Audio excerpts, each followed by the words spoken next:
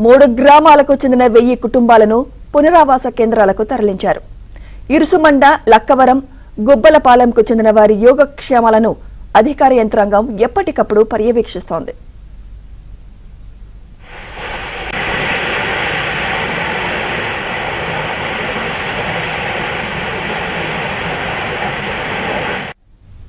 మరోవైపు కోనసీమలో చమురు కార్యకలాపాలను నిలిపివేయాలంటూ కొందరు రైతులు కలెక్టరేట్ దగ్గర నిరసనకు దిగారు. ఇదే అంశంపై మరింత సమాచారం మా ప్రతినిధి రాజబాబు అందిస్తారు. రాజబాబు, ఎలా ఉంది అక్కడ సిచ్యువేషన్? ఆ సుమిత్ర అంటే బ్లోఅవుట్ తీవ్రత కాస్త తగ్గుముఖం పట్టినప్పటికీ కూడా అగ్నికీలలు ఆ మంటలు ఎగసిపడుతూనే ఉన్నాయి. భూమిలో నుంచి భారీ స్థాయిలో గ్యాసు, చమురు నిక్షేపాలు రావటం వల్ల మంటలు మాత్రం ఏమాత్రం అదుపులోకి రాలేదు. మనం ప్రస్తుతం ఇక్కడ విజువల్స్లో చూడవచ్చు, బ్లోఅవుట్ దగ్గర ఉన్నాము. ఇక్కడ విజువల్స్లో చూడవచ్చు, ఇప్పటికే ఈరోజు ఉదయం నుంచి కూడా భారీ స్థాయిలో పంపు సెట్లను తీసుకొచ్చి వాటర్ పంపింగ్ చేస్తున్నారు. అంటే వాటర్ అంబరెల్లా ప్రక్రియను ఓఎన్జీసీ నిపుణుల బృందం అమలు చేస్తుంది.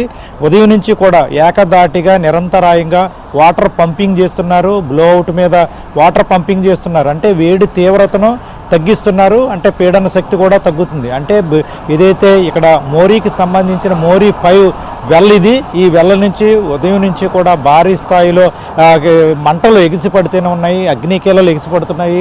మనం ప్రస్తుతం విజువల్స్లో చూస్తున్నాము, దట్టని నల్లని పొగ వస్తుంది. అంటే ప్రస్తుతం చమురు ఇక్కడ బయటకు వస్తున్న పరిస్థితి అయితే నెలకొంది. చమురు వచ్చినప్పుడు దట్టని నల్లని పొగ వస్తుంది అనేది కూడా ఇక్కడ ఓఎన్జీసీ అధికారులు చెప్తున్న పరిస్థితి అయితే నెలకొంది. ఏకదాటిగా అగ్నికీలలు ఎగిసిపడడంతో ప్రస్తుతం అయితే కనుక భయానక పరిస్థితి అయితే నెలకొంది. ఇప్పటికే నిపుణుల క్రైసిస్ మేనేజ్మెంట్కి సంబంధించి నిపుణుల బృందానికి సంబంధించిన శ్రీహరి నేతృత్వంలో బృందం అంతా కూడా ఇక్కడ పరిస్థితిని సమీక్షించారు. ఇక్కడ పరిస్థితిని స్వయంగా పరిశీలించి ఇక్కడ ప్రస్తుతం వాటర్ అంబరెల్లా ద్వారా జరుగుతున్న ప్రక్రియనంతా కూడా క్షుణ్ణంగా పరిశీలించారు. ప్రస్తుతం అంబేద్కర్ కోనసీమ జిల్లా కలెక్టరేట్లో ఓఎన్జీసీ నిపుణుల బృందం, క్రైసిస్ మేనేజ్మెంటు, అదేవిధంగా జిల్లా అధికారులు, ఓఎన్జీసీకి సంబంధించిన అధికారుల బృందం కూడా కొద్దిసేపటి క్రితమే సమీక్ష చేశారు.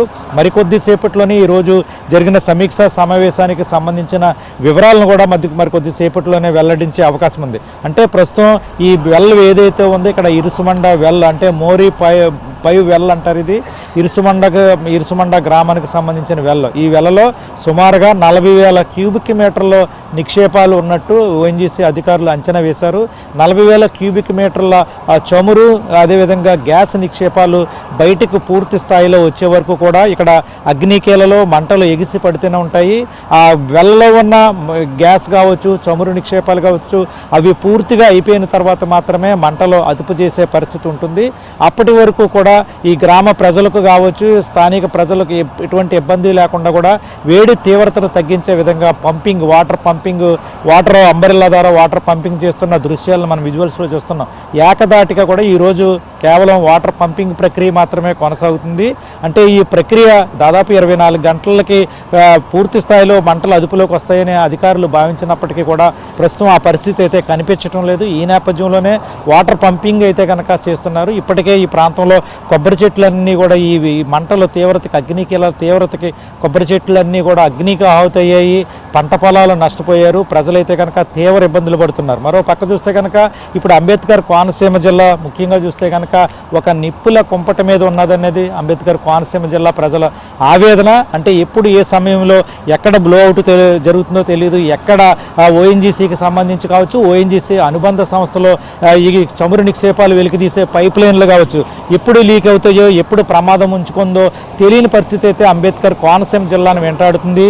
ముఖ్యంగా చూస్తే కనుక 1993, 1995, 1997, 2020, 2014 సంవత్సరాల్లో అంబేద్కర్ కోనసీమ జిల్లాలో గ్యాస్ లీకేజ్ అయ్యి భారీ విస్ఫోటనాలు కూడా జరిగాయి. పెద్ద ఎత్తున నష్టం కూడా జరిగింది. 1993 మార్చి 20న కడలి డ్రైన్లో పలు చోట్ల మంటలు వ్యాపించడంతో దాదాపుగా 20 రోజులు అక్కడ శాశ్వతంగా బావిని కూడా మూసివేశారు.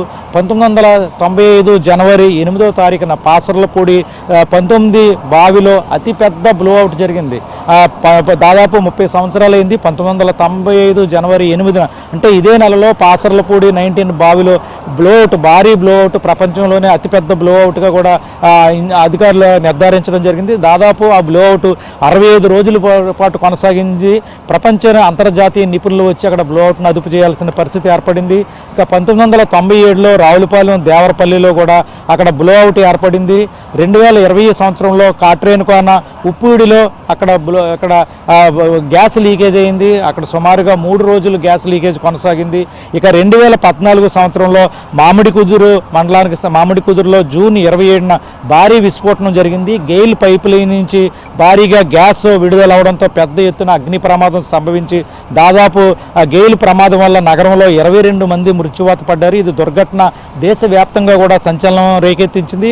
ఇలా చూస్తే కనుక ప్రతిసారి కూడా ఓఎన్జీసీ చమురు నిక్షేపాలు వెలికితీసే కార్యక్రమం కావచ్చు, ఓఎన్జీసీకి అనుబంధంగా ఉన్న గెయిల్ సంస్థ కావచ్చు, దాని ప్రైవేటు సబ్ కాంట్రాక్ట్ లీజులు ఎవరైతే తీసుకుంటున్నారో ప్రైవేటు సంస్థలన్నీ కూడా ఈ రిగ్గింగ్ చేసేటప్పుడు ఇక్కడ భారీ స్థాయిలో గ్యాస్ లీకేజ్ అవ్వడం, తరచూ ప్రమాదాలు జరగడంతో కోనసీమ వాసులైతే భయం గుప్పెట్లో వణుకుపోతున్నారు. ఇప్పుడు ఏ సమయంలో తమ గ్రామానికి ముప్పు మంచు ఉంటుందో, వాళ్ళ ప్రాణాలు ఎప్పుడు కొలిగిపోతారో, ఎప్పుడు ప్రమాదం జరుగుతుందో తెలియని పరిస్థితి కోనసీమ జిల్లాను వెంటాడుతుంది. ప్రస్తుతం ఈ గ్రామస్తుల పరిస్థితి కూడా ఇదే. ఇరుసుమంట గ్రామానికి సంబంధించి ఇది 2 రోజులుగా కూడా బ్లోఅవుట్ కొనసాగుతూనే ఉంది. ఏమాత్రం తీవ్రత తగ్గినప్పటికీ కూడా మంటలు మాత్రం ఏమాత్రం తగ్గలేదు. దీంతో ఈ ఇరుసుమండ గ్రామానికి అది సంబంధించి కావచ్చు, లక్కవరం గ్రామానికి సంబంధించి, అదేవిధంగా గుబ్బలవారిపాలెం గ్రామాలు ఉన్నాయి. ఈ 3 గ్రామాల ప్రజలు కూడా భయంతో వణుకుపోతున్నారు. ఎప్పుడు ఏం జరుగుతుందో తెలియని పరిస్థితి. అంటే ఓఎన్జీసీ నిపుణుల బృందం ఇక్కడికి వచ్చి, అధికారులు వచ్చి, ఇది ఐసోలేటెడ్ బావి, ఈ బావి నుంచి మంటలు వేరే ప్రాంతానికి వ్యాప్తి చెందవు, ప్రజలు భయపడాల్సిన అవసరం లేదని చెప్తున్నప్పటికీ కూడా స్థానిక గ్రామాల ప్రజలు మాత్రం ఈ బ్లోఅవుట్ను చూసి భయంతో వణుకుపోతున్న పరిస్థితి ఉంది. 2 రోజులుగా కూడా కట్టుబట్టలతోనే ఇళ్లను వదిలేసి మొత్తం పునరావాస కేంద్రాలను తలదాచుకున్న పరిస్థితి అయితే నెలకొంది. అంటే ప్రభుత్వం పునరావాస కేంద్రాల్లో అన్ని జాగ్రత్తలు తీసుకుని వాళ్ళకి అన్ని సౌకర్యాలు కల్పించినప్పటికీ కూడా తమ గ్రామానికి మళ్ళీ ఎప్పుడు వెళ్తామో, బ్లోఅవుట్ ఎప్పుడు పూర్తిగా తగ్గుతుంది, మళ్ళీ అందరూ కలిసి కుటుంబ సమేతంగా తమ గ్రామంలో ఎప్పుడు జీవిస్తామనేది కూడా ప్రజలను తీవ్రంగా వెంటాడుతున్న పరిస్థితి అయితే నెలకొంది. ఈ బ్లోఅవుట్లకు సంబంధించి భారీ బ్లోఅవుట్లు రావడం, భారీగా ఆస్తి నష్టం, ప్రాణ నష్టం వచ్చిన నేపథ్యంలో చాలా సందర్భాల్లో అంబేద్కర్ కోనసీమ జిల్లా వాసులు తీవ్ర భయాందోళనలు చెందుతున్నారు. ప్రస్తుతం అయితే కనుక అంబేద్కర్ కోనసీమ జిల్లా అంతా కూడా ఒక నిప్పులు కుంపట మీద ఉందనే చెప్పవచ్చు. ఎప్పుడు ఏ సమయంలో గ్యాస్ పైప్ లైన్ లీక్ అవుతాయో, ఇక్కడ బావిల నుంచి గ్యాస్ లీక్ అయ్యి బ్లోఅవుట్లు ఏర్పడతాయో తెలియని పరిస్థితి అయితే ప్రస్తుతం అంబేద్కర్ కోనసీమ జిల్లాను వెంటాడుతుంది. ఇప్పటికే రైతులు ఆందోళన చేస్తున్నారు, ఈ గ్రామస్తులు కూడా ఆందోళన చేస్తున్నారు. భవిష్యత్తులో తమ గ్రామాలను కాపాడాలి, భవిష్యత్తులో చమురు నిక్షేపాలను నిలిపివేయాలని కూడా గ్రామస్తులు డిమాండ్ చేస్తున్నారు, రైతులు కూడా డిమాండ్ చేస్తున్నారు. ప్రస్తుతం ఈ బ్లోఅవుట్ వల్ల స్థానికంగా కొబ్బరి చెట్లు మొత్తం అగ్నికి బూడిదయ్యి ఆవుతయ్యాయి, పంట పొలాలు నష్టపోయి రైతులు కూడా తీవ్రంగా నష్టపోయారు. మరో పక్క చూస్తే కనుక ఓఎన్జీసీ దగ్గర సబ్లీజ్ తీసుకున్న డీప్ ఇండస్ట్రీస్ కూడా భారీగా నష్టపోయింది. ప్రస్తుతం అయితే కనుక ఇక్కడ బ్లోఅవుట్ ప్రాంతం దగ్గర మంటలు ఎగసిపడుతూనే ఉన్నాయి. ఇది ఎప్పుడు క్లోజ్ అవుతుంది అనేది కూడా ఇంజనీరింగ్ ఓఎన్జీసీ నిపుణులు చెప్పలేని పరిస్థితి అయితే నెలకొంది. ఇది సుమిత్ర బ్లోఅవుట్ దగ్గర అగ్ని కీలలు కొనసాగుతున్న పరిస్థితి. Right, thank you Rajababu.